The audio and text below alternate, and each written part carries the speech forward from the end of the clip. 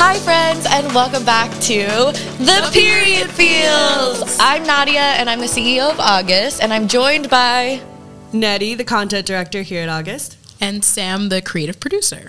So let's talk a little bit about August updates. It's been kind of a crazy last month. We are officially restocked, and Neddy, you also brought on a new team member as well, our mascot. Oh, yeah. Oh my God. This is Gooby, the biodegradable plaid full of fake period blood. I made a absorbency check video like a couple days ago at this point, and then once I was done with this, I just kept leaving it propped up around my house, and my roommates were like, you need to throw this away, and I was like, Gooby, no, like I'm never throwing Gooby away.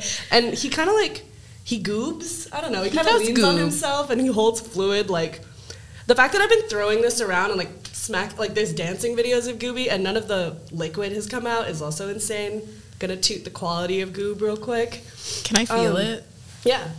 So the TLDR of Gooby is that obviously if anybody follows brands on TikTok, there's Duolingo and then Scrub Daddy, like the cool sponges. Yeah, the cool sponges, and they have these like big mascots, and of course we're looking up the cost of like an official mascot of a company, and they're so expensive. They're ridiculous. Obviously we're not broke, but all the money that we make has to go back into like better products and whatever. So I was like, how can I make this feel like funny using our product, and like I didn't want to throw this away. I feel like the last time I saw Gooby, it had a face on it. Oh yeah, Gooby had a face, but we're upgrading Gooby to googly eyes. So Gooby is like interim faces right now.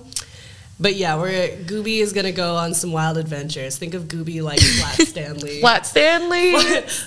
Gooby. Gooby's gonna have a family. We've got liners, day pads. It's gonna be a whole thing. So stay tuned. For those of you who are not seeing this in real time, Neddy is currently holding a night pad completely filled to the brim with red liquid. It's watercolor paint. Watercolor paint. So yeah, that's what the really serious update from us at August. But that's all we've been doing. That's all we've been doing.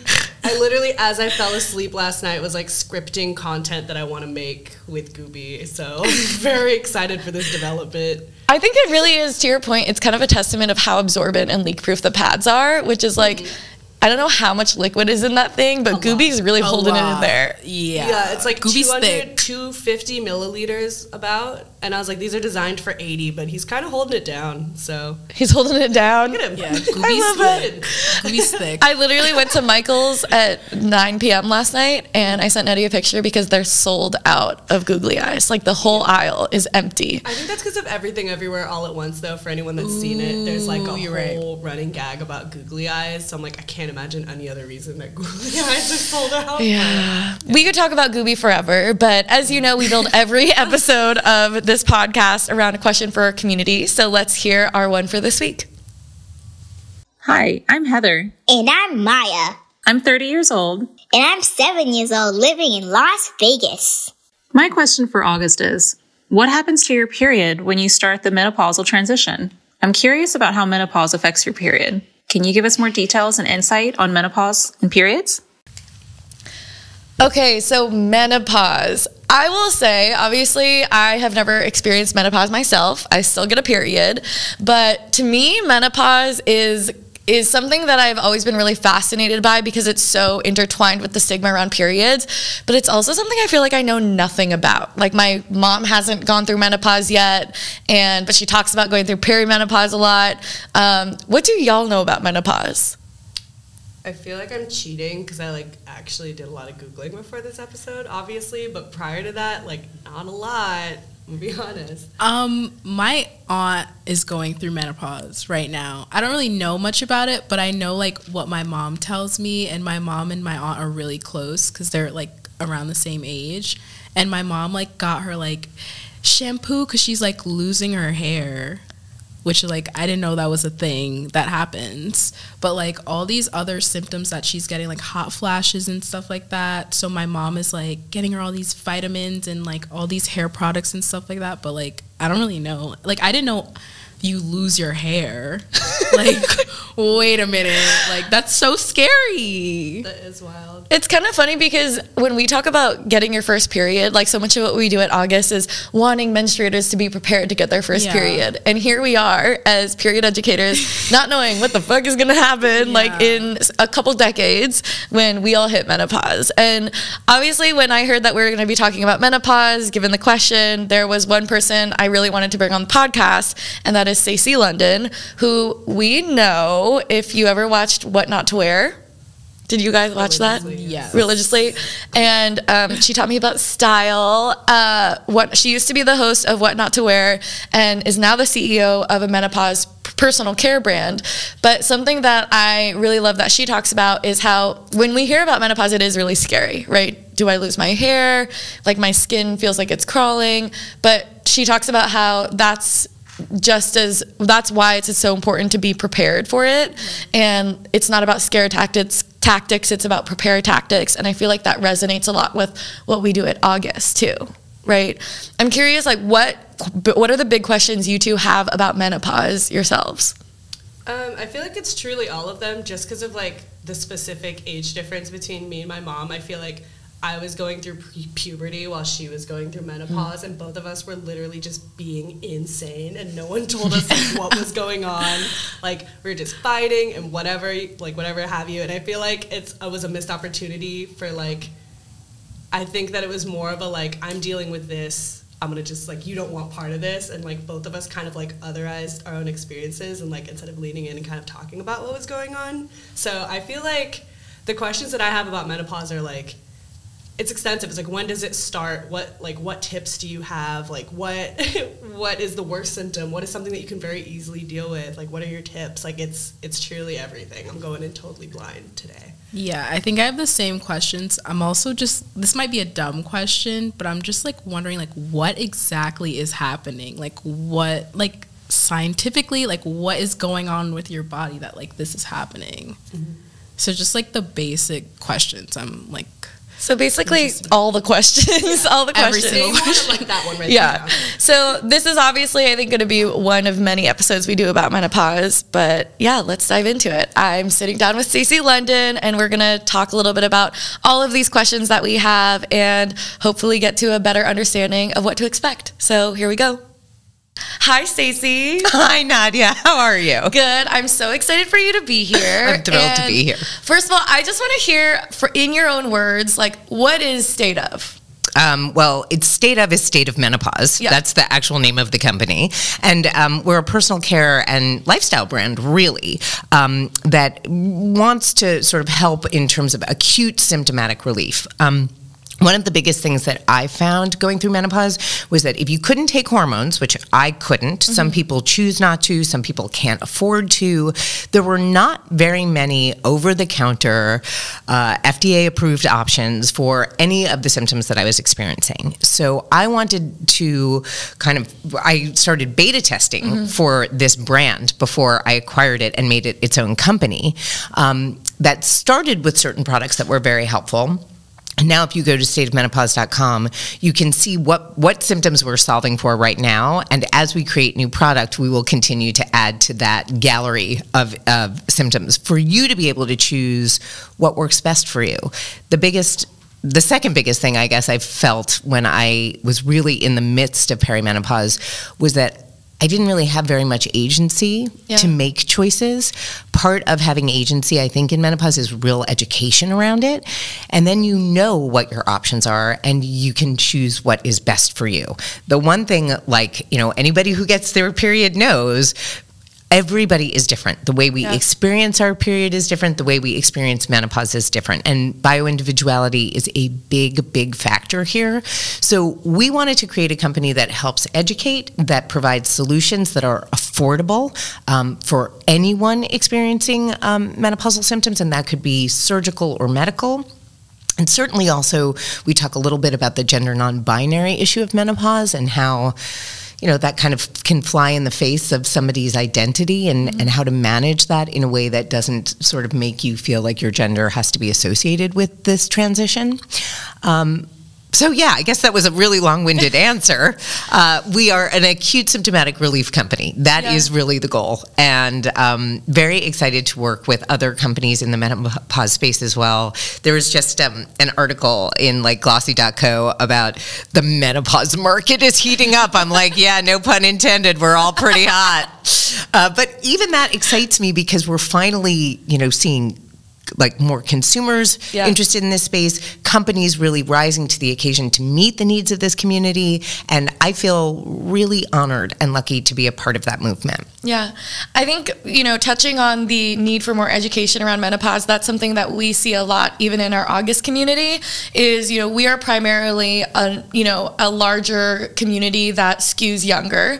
But when we start talking about the period journey, right, we talk a lot about menarche, which is when you first get your period, and then menopause, right? And for many people, experiencing perimenopause symptoms can happen at a really young age as well. It's not like directly tied to being, in your early 50s or something like that. And I think that a lot of times when menopause is referenced in pop culture or like lightly in media, it's often talked about if it's mentioned ever mentioned in media, but it's coming. Yeah, we're starting to see it little by little. Exactly. I think that it often is immediately associated with like hot flashes and kind of mood swings, but I, in my own journey of learning, have since learned that there are many other symptoms. Oh my God, there's 34 common, and at least, we haven't even counted the ones that aren't as common. Yeah. The one thing I will say about that in terms of gender iniquity is look at the sort of equal kind of life transition for men is called andropause, and the two biggest symptoms are erectile dysfunction and hair loss. And look at the billion-dollar industries that those are. There's less than $50 million invested in menopause right now. I've actually never heard the term andropause. Andropause is a real term, and Viagra was approved by the FDA in 6 months. Sexual libido medication for women was actually created. It was bought by a pharmaceutical company and shelved, basically because they didn't want middle-aged, horny women running around.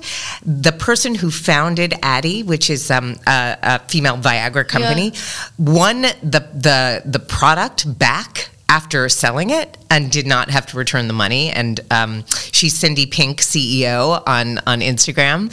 And that is finally coming to market. Wow. So the idea that, when you're talking about your community and the journey of the period, right, there's a couple of things that I find really interesting about talking to people your age and even, anybody who is still getting their period, is that there's such a culture now about, what it means to have your period, what it means to not have it, what it means to deal with like monthly menstrual issues. I remember when I did get my period, I would constantly forget every month, why am I crying? Why do I feel bloated? Why is my life a mess? Why am I miserable? And then I'd be like, oh yeah, okay, I'm getting my period tomorrow.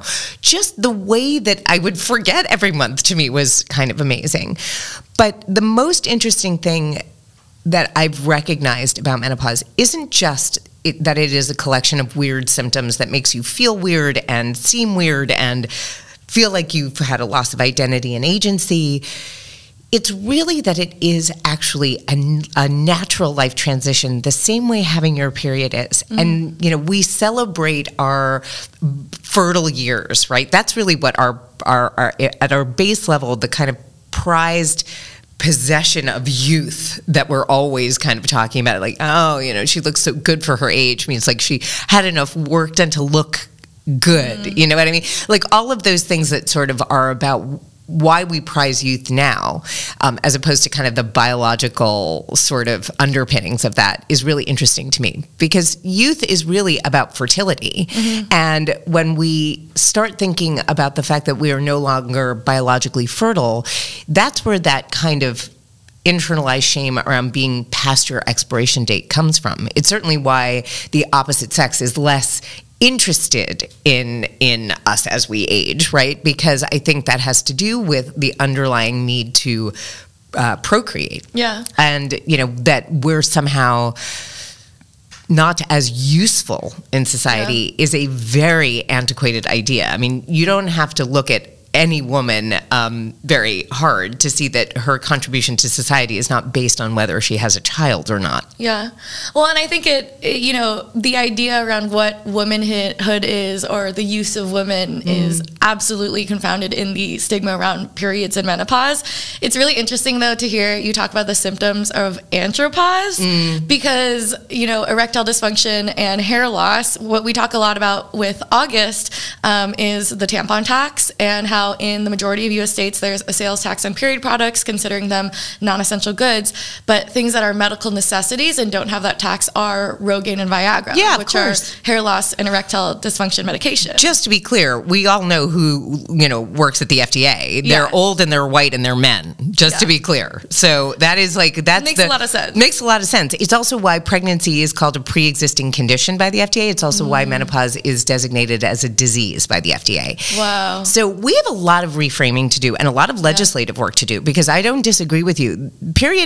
Anything period related should frankly be free. Not even about sales tax. This is an essential good and it should be free. We're not living in biblical times where you go sit in a red tent for a month, you know, or a week or whatever. And I think that is absolutely one of the most important issues, is the way we continue to police and objectify women's bodies, and certainly talk about the fact that anything to do with our reproductive organs and our cycles is somehow icky bits, is somehow, you know, not natural enough to talk about, yet we're spending billions of dollars making sure guys can keep it up. You know, that really pisses me off. Well, I think, something you said really, like, I think resonated with what we talk a lot about with August, is like the messaging you get when you get your first period, which I definitely heard from my mom, which was, I get my first period and it's, you're a woman, right? And it's the idea of like, you become a woman. And even like in one of my recent new favorite movies, Turning Red, right?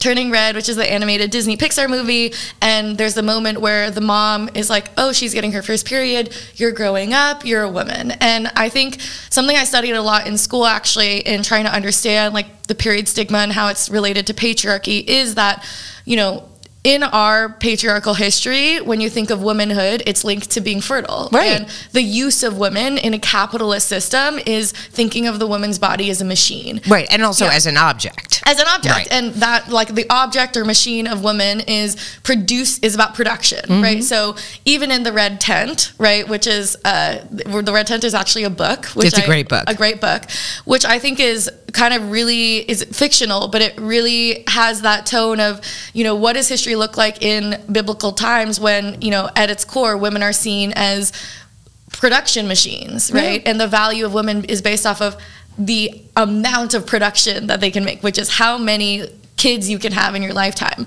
But I think that, you know, we've just started scraping the surface of period stigma. And for me, as like a current menstruating 24-year-old period advocate, I think it's always something in the back of my mind where there's so much added stigma around menopause, because in history, if we think of the use of women, the purpose of women, the value of women, as having children, and the idea of being a woman, having your period and being fertile, then what does it mean when you lose your period? Right? Well, there's a couple of theories about that, none of which I agree with. So I'll start there. There is like a bigger one about how women, again, are age, technically and generally speaking, live longer than men by at least a couple of years. But there's the theory that, you know, older women are meant to help their progeny with their progeny, right? Which is called the grandmother theory. And it's not one that I ascribe to. I just don't believe that that is the purpose of older women, is to make it easier on new mothers and allow fathers to go hunt and gather. I mean, that's a very convenient way to look at it. But I actually think, especially the way that you are kind of unraveling, you know, the kind of patriarchal bias behind the way we look at any reproductive cycle of women's lives, is exactly what we need to unpack when it comes to menopause. I refuse to believe that my worth is attached to my reproductive health. That is, I am a person. I'm not an oven. And so that means very, you know, for me, what that means is like, I have a lot to do, a lot to say, and a lot to contribute to society without ever having had or wanted a child. Now, did I feel a little bit of grief or sadness over the fact that I no longer can biologically reproduce? Yeah, a little, because it's something that I've grown up knowing I could do if I wanted, right? And when that time is over, of course there's going to be a little grief associated with losing the ability to do anything, right? I mean, it would be like losing the ability to ride a bike. When you lose something, there is grief attached to loss. There's no question. But I don't ever identify my worth, and I don't ever identify who I am with whether or not I decided to have or not have a child. That to me is not how my identity or my identity as a woman needs to feel, right? For me, it's about what are we doing to change this kind of underlying patriarchal bias when it comes to the way that we perceive women, it comes to the way that we, are talking about gender inequity and rights in this country. Certainly, with the latest information that was leaked from a Supreme Court brief about Roe v. Wade being overturned, it is this sense of from the moment you hit puberty, right, that you're a woman, is attached to a sexualization of women and an objectification of women. And the minute we objectify, it is very easy to think that it is okay and that we have permission to police women's bodies, which is absolutely an incorrect assumption from the start, right? Yeah. And unfortunately, it is sociobiology that we have to look to explain why we have sort of, as a race kind of evolved this way into believing this, and how we're going to evolve from here really to create more justice just across the board for people. And now that your generation in particular is doing so much to dismantle issues of racism, sexism, and genderism in a way that is really making this conversation even more important than it was before, because we're not just talking about men and women, we are talking about what it means to have bodily autonomy however you identify. And it is essential. I mean, the fact that we're having this conversation at all in 2022 is somewhat disheartening, but I do believe that we are on the precipice of really changing things and the way that we perceive one another and our use value to one another, right? Our use value is not based on children. Our use value is based on how we help support and, all ships rise together mentality. It's one of the reasons that I loved meeting you so much, right? What you're doing and what I'm doing are sort of bookends for the lifespan of women's health or the lifespan of people's health, really. And that is an essential conversation. Multi-generational makes it much more appealing to me because that allows me to learn from you and you to learn from me in a way that we should really respect and appreciate. And I don't, see that with everybody. Yeah. I think that the conversation around sexualizing women at the young age of getting your first period is something we see a lot in even small ways. For example, one of the most common questions I get every day on social media is, if I use a tampon, will I lose my virginity? And I think that that's a fascinating question because, first of all, something we really stand for at August is virginity is a social construct. And a lot of it, again, is rooted in valuing women by literally how untouched or unpure, yes, yes, unpure. Exactly. Like how, if you are an oven, are you a new oven or a used oven, right? Like there's a lot of, problematic ways of thinking about that. But it's something as basic as I need to put a medical device or whatever you want to call it up my vagina to be able to stop the blood from coming out. How does that become a sexualized thing? And then and on the opposite end of that, sorry to interrupt, but just there's a lot of interest in the menopause community around vaginal moisturizers, things that kind of adhere moisture to the vaginal walls to make feeling sexy but yes, because there is a loss of libido in menopause. Sex can become very painful when you have a dry vagina in menopause. So, there are vaginal moisturizers. Some people use coconut oil. There's a lot of discussion around suppositories, right? Putting something into your vagina in order to be able to enjoy sex. The opposite of really what you're saying, is this kind of construct that you have to put something up your vagina somehow makes you unclean or not as pure, right? That very bizarre thinking. Whereas after menopause, there's this kind of reclamation of sexualization in a way that does not have to do with being fertile and does have to do with everything that is about autonomy and pleasure. Boom. Yeah, no, absolutely. I mean, when I've read about you in press talking about menopause, you talk a lot about how it contributed to a loss of sense of self. So I'd love to get into like, what does that mean? Yeah. And like, what was the menopause experience for you? It was a terrible one for me. One, because I had no education, so I had no idea what was happening. And you and I have personally spoken about this, but I had pretty extensive spine surgery in December of 2016. I got my period twice in January of 2017, never to see it again. And I didn't realize that I was already in menopause before that one day, that 1 year anniversary, which is actually the only day that is menopause, is 1 year from the date of your last period. What I had been experiencing before that was clearly pre and perimenopausal, but since I had no idea, my brain was doing gymnastics to rationalize what was happening to me. So the surgery was one thing, which was kind of, very traumatic body-wise. And after the surgery, I started experiencing really debilitating anxiety. I started to see my skin get very dry, very like loose, like a lot of loss of collagen, things like that, but not dry, just like the texture of it changed. It was painful. It almost felt like I was sunburned or it was itchy. Those were the two things that really hit me hard. And I spent about 18 months really getting back into physical shape. But like the spine surgery was extensive, only to kind of come back and find that in March of 2018, my father had been diagnosed years before with a heart disease that didn't really affect him until it did. And he became very sick very quickly. And from March till November of 2018, when he passed away, I was with him all the time. My family and I really basically stopped everything to be with him. And I started to get heart palpitations. He had a heart disease. I suddenly had food allergies, and he was having trouble eating a lot of different foods. He would get a skin rash. I would get a skin rash. He would have muscle and joint pain, and I would spend hours massaging his legs, and then I would have muscle and joint pain.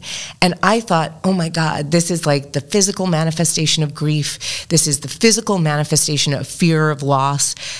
No, those are every single one, a perimenopausal vasomotor symptom. Now, those two traumatic events probably bookended an amplified perimenopausal experience, but I was in perimenopause and simply didn't understand that I was. And when I went to my doctors, one did say, oh yeah, it's menopause, you'll get through it. And because I was dismissed that way, and because I didn't know what the symptoms were or how to connect the dots, my initial reaction was, oh, I'm overreacting.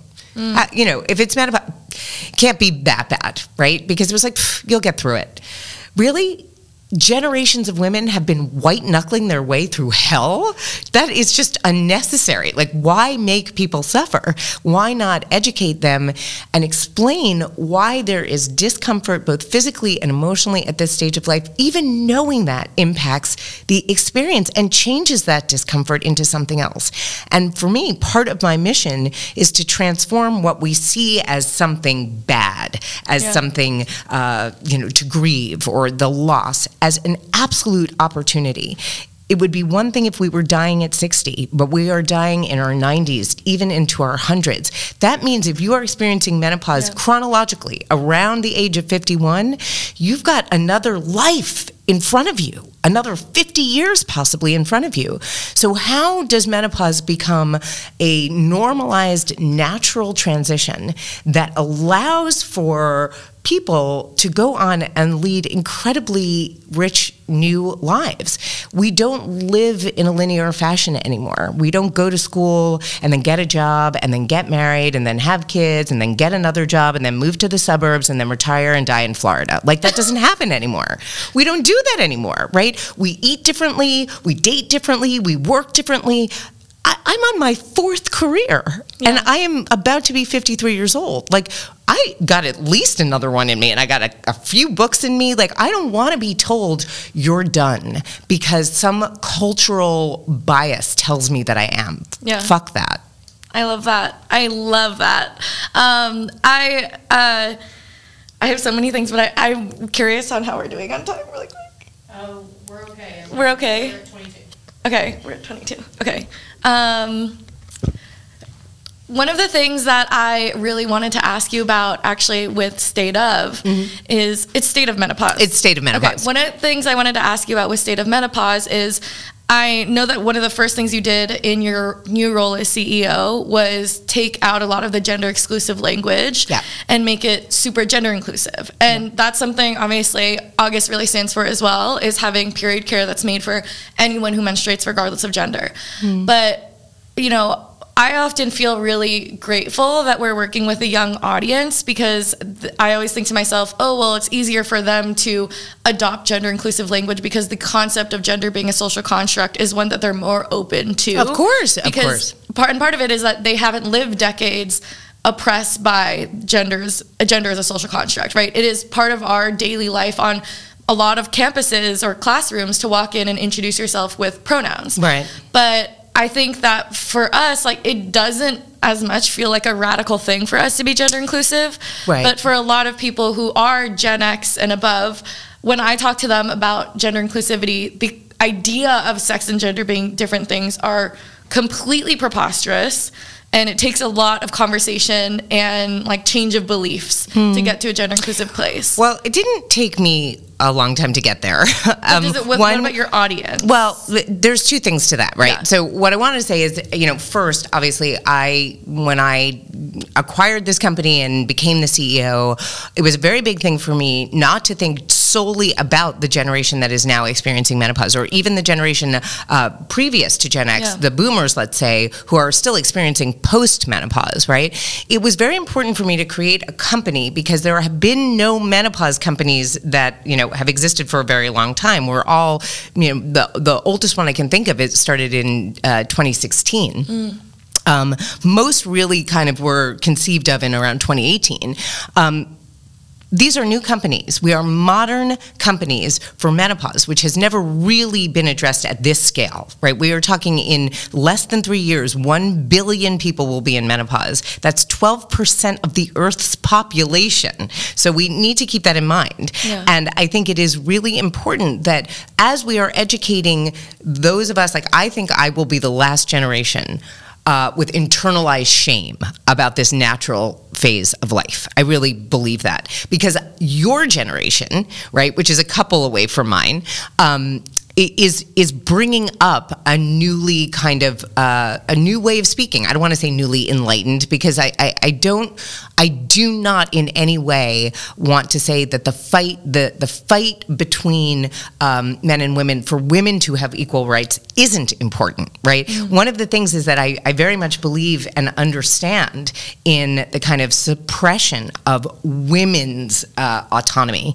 whether it's physical or otherwise, and all of the gender iniquity that we see in the world, because that has existed, right? You know, we have seen those perceived as men make more than those perceived as women. The idea of gender being a social construct is not complicated for me to understand, and actually something I feel very strongly about being fluent in order to get your generation, when you're at menopause, to have normalized this conversation, to have optimized this conversation, to have democratized this conversation. You'll know to come to my company. You won't need me out there advertising. You'll know. You'll be educated in a way that I never was. So while I do agree and do have a consumer who really is very focused on women's history, women's rights, all of that, which I totally believe, I do not find it at all offensive to use the word people instead of women. And, you know, I don't think that our consumers are really, I think they're more interested in the fact that we are creating product and education around a very fraught and rarely discussed topic, rather than the issue of pronouns. To me, that's a secondary issue. And one that I still understand the question very much, because I do think that women of a certain age have had to fight to be women of a certain age and to fight to be women. But it is not in anyone's interest, not to be more expansive when it comes to thinking about the marginalized, just how we other people. Because I think that once you've been othered, once you have been marginalized in any way, our empathy towards any kind of marginalization needs to be there. And certainly the more expansive we are with our hearts and our minds, the better we can serve our consumers. And I am not building a company that is for 50-somethings. I'm building a company for anybody experiencing menopause or who will experience menopause. And so I anticipate the needs of newer consumers rather than existing ones. Yeah, I love that. And you're a few years after first experiencing menopause. Yeah, I mean, I still have, let me tell you, like I could probably have a hot flash while we sit in here, but I still have some vasomotor symptoms, and those are the ones that we associate really that are perimenopause, right? That's hot flashes, brain fog, night sweats, all of which I still have. Insomnia, not as bad, but still have it. Mood swings, there's anxiety, sometimes depression and rage. These are some of the more common symptoms that people do associate with the menopause experience. They can be severe. The frequency of them can be changed. The severity of them can change. The length of how long you experience those symptoms can change. So, you know, we're in a position where we kind of have to educate loosely, right? Yeah. We can say, hey, here's an umbrella for you to understand the different symptoms in all of their guises that they can come in. Here's when you should start thinking about maybe premenopause or preventative measures as early as your 30s, right? You know, we want you to be educated as early as we can get you so that, you know, really after your period and after maybe deciding on pregnancy or choosing your family planning or whatever that is, you should know what comes next. You should know, okay, there are more hormonal fluctuations to come. Let me be prepared. Let me be ready. What is the best way to, you know, physically, mentally, and emotionally prepare? And somebody clapped back at me on social and said, oh my God, you're telling me all this terrible stuff about menopause. You're using scare tactics. And I was like, okay, you're definitely a younger person, because I was like, I'm not trying to use scare tactics ever. I'm trying to use prepare tactics. And to understand hormonal fluctuation is to recognize there is discomfort. But discomfort, we always associate discomfort and change and transformation as something bad or hard or difficult to do, instead of recognizing it for the opportunity that it is, right? Yeah. I mean, any change is hard, anytime.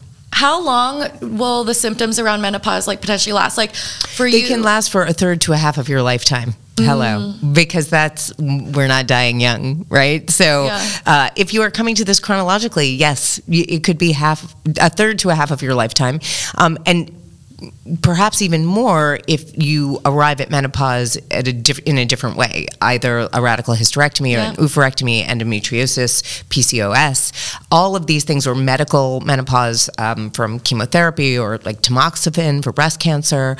You could be any age. Yeah. So, you know, but it is unlike sometimes in surgical menopause, the idea that you will be thrown directly into menopause is a much easier conversation to have. It's a much more logical conversation.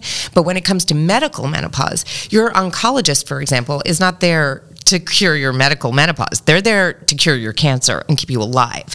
There's a lot of blind spots around more traumatic health issues where menopause is a sort of secondary player. And we want to make sure that people are aware so they know, you know, we want to be helpful in that regard as well. Yeah. Okay, cool. I just have one more question. Yeah, I have many more questions.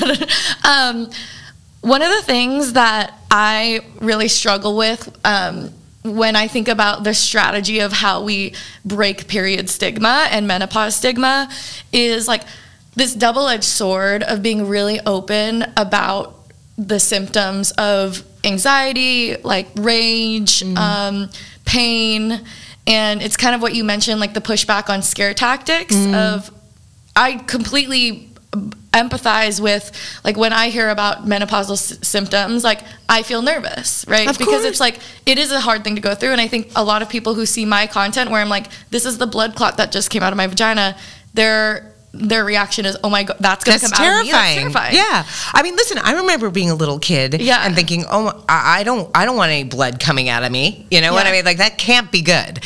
I mean, that's scary too. But the thing is, I think we need to look at this differently. I think we're still looking at these issues through a patriarchal lens. Yeah. We're still internalizing a patriarchal lens that allows us to internalize shame in a way that has never been okay, in a way that has never been helpful.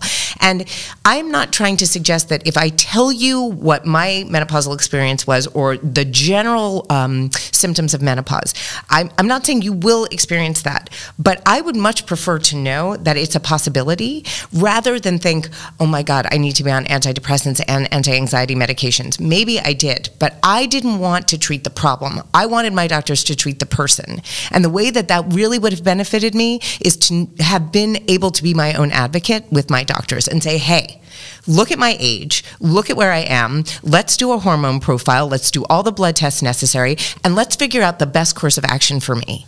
That was never done. Yeah. And so if I can tell you what to look out for, if I can tell you, hey, it's okay if you're not feeling all right, because maybe you don't feel all right because hormones really affect every part of us, then I will have stopped one person from thinking that there's something wrong with them, rather than finding the best strategy to deal with the bodies that we've been given, right? Yeah. I mean, it's like, this is what our bodies do. Why we have villainized it, why we make change such a difficult thing. I mean, the reason, the menopause is called the change is because I think we all are terrified of it. Like, we're terrified of change in general, but when it comes to this, there is a way to be less scared.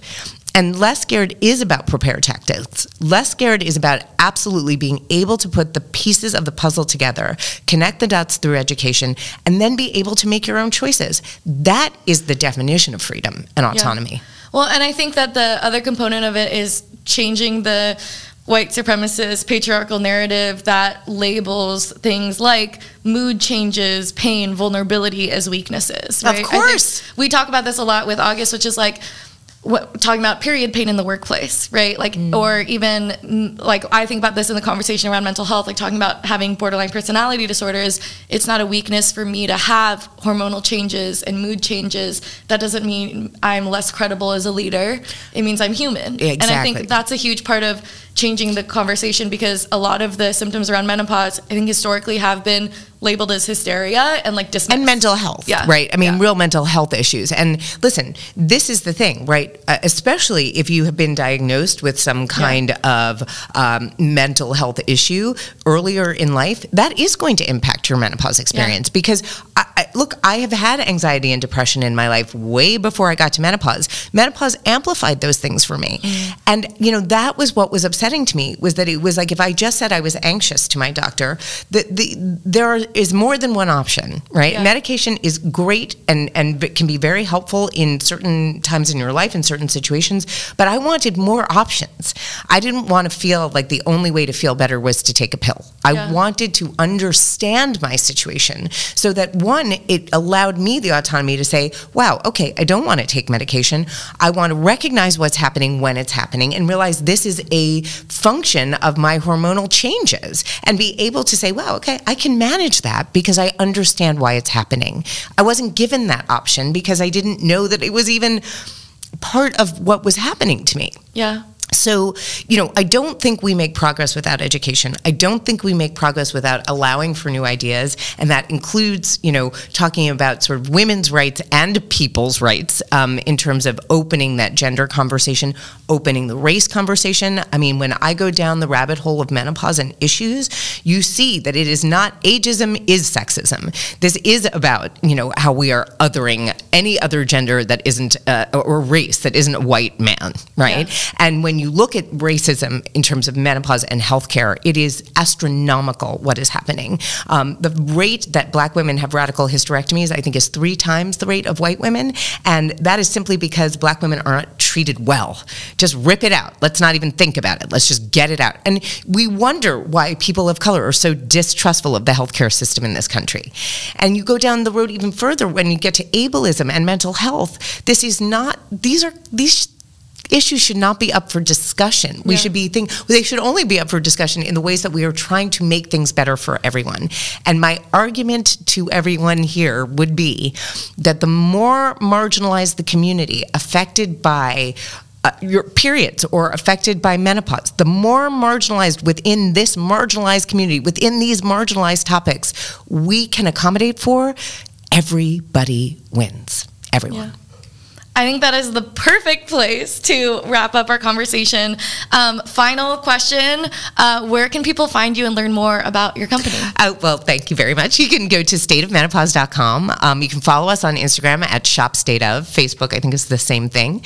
And I think, God, that tells you how much I know about my socials. I'm Stacy London Real on Instagram. I'm Stacy London Official on Facebook. I'm Stacy London in real life. I don't know. That's pretty much it.